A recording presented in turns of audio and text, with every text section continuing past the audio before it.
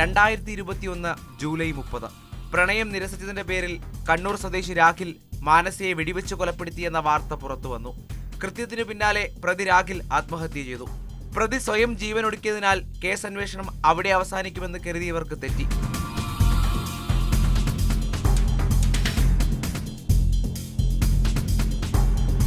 രാഖിലിന്റെ കൈവശമുണ്ടായിരുന്ന തോക്കിന്റെ ഉറവിടം തേടി കേരള പോലീസ് ഇറങ്ങി.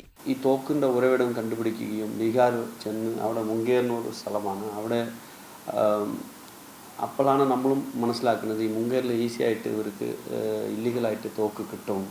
അപ്പോൾ അവിടെ പോയി തോക്ക് മേടിക്കുകയും ഈ പെൺകുട്ടിയെ കൊല്ലാനായിട്ട് ഒരു ഗൂഢാലോചന നടത്തി അതിൻ്റെ ഭാഗമായിട്ട് അതുക്കായിട്ടുള്ള ഏർപ്പാടുകൾ ചെയ്യുകയും തോക്ക് മേടിക്കുകയും ആ തോക്ക് എങ്ങനെ ഉപയോഗിക്കും ട്രെയിനിങ് എല്ലാം അവിടെ എടുത്തിട്ട് സ്വന്തം മൊബൈൽ ഫോണിൽ തന്നെ വീഡിയോ റെക്കോർഡ് ചെയ്തിട്ട് വരികയും ചെയ്തു. അങ്ങനെ ഒരു ആസൂത്രണം നടത്തിയിട്ടാണ് ഇത് വെടിവെച്ച് കൊന്നത്.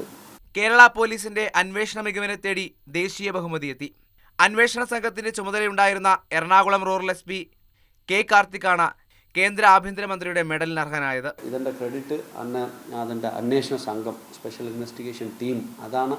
ഈ 90 ദിവസത്തുക്കുള്ള എല്ലാ കാര്യങ്ങളും പൂർത്തീകരിക്കുന്നു പറഞ്ഞ ഒരു ചാലഞ്ചാണ്. അവർ കൃത്യമായിട്ട് ചെയ്ത് സത്യസന്ധമായിട്ട് പണിയെടുത്ത് ടൈം ലിമിറ്റുള്ളിൽ എല്ലാം പൂർത്തീകരിച്ച്.